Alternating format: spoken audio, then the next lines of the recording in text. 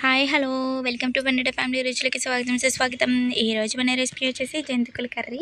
ఎలా చేసుకోవాలో వీడియోలోకి అయితే వెళ్ళిపోదాము. ముందుగా మనం మీడియం సైజు 3 టమాటాలు తీసుకొని ఇలా ముక్కల కింద కోసుకొని మిక్సీ జార్లోకి వేసుకొని మెత్తని ప్యూరీ లాగా చేసుకొని పక్కన పెట్టుకుందాము. అలాగే ఆనియన్స్ ముక్కలు కూడా కోసుకొని పక్కన పెట్టుకుందాము. జంతికలు ఉంటాయి కదండి, జంతికలను కూడా తీసుకొని ఇలాగా అరచేతిలో పెట్టుకొని ఇలాగంటే మనకి ముక్కలు అయిపోతాయి అనమాట. అలా ఇదే విధంగా మొత్తం అన్నీ కూడా అలాగే మొత్తం ఇలా చిన్న ముక్కల కింద చేసుకుని పక్కన పెట్టుకుందాము.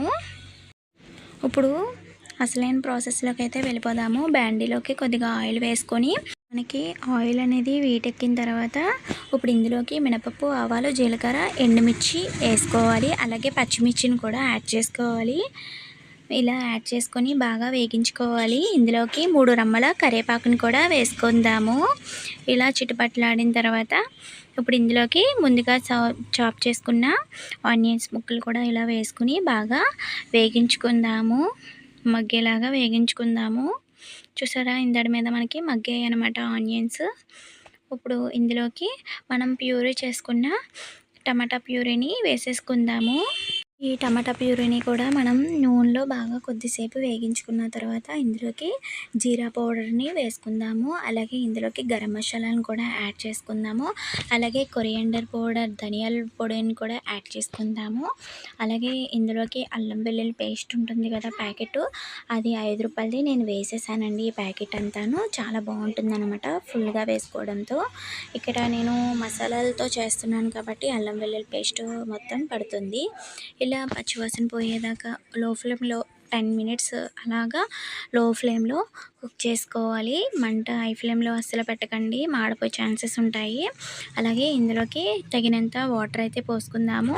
ఇందులోకి లైట్గా చిటికెడు కొద్దిగా పసుపుని అయితే యాడ్ చేసుకుందాము. పసుపుని కూడా యాడ్ చేసుకున్న తర్వాత ఇందులోకి ఉప్పుని అయితే యాడ్ చేసుకుందాము. ఉప్పు మనకి జంతికల్లో ఉంటుంది కాబట్టి చూసుకొని వేసుకుందాము. ముందు కొద్దిగా వేసుకుని తర్వాత సరిపోకపోతే మళ్ళీ వేసుకుందాము.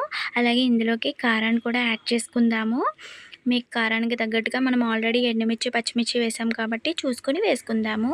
అలాగే ఇప్పుడు ముందుగా మనం మురుకుల్ని ఇలాగా ముక్కల కింద చేసుకున్నాం కదా, ఇవి కూడా వేసేసుకొని ఇలాగా బాగా కలిపేసుకోవాలండి. వీడియోలో చూపిస్తున్న విధముగా చూసారా, ఈ విధంగా మూత పెట్టేసి అది కొద్దిసేపు అలాగా 10 మినిట్స్ అలా వదిలేస్తే మనకి బాగా జంతిక అనేది బాగా ఉడుకుతుందండి.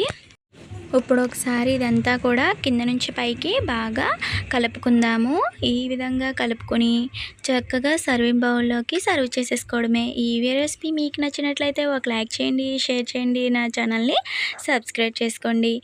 అమ్మమ్మలా చేసే ఓల్డ్ రెసిపీ అనమాట, మీతో షేర్ చేసుకున్నాను. Thank you for watching.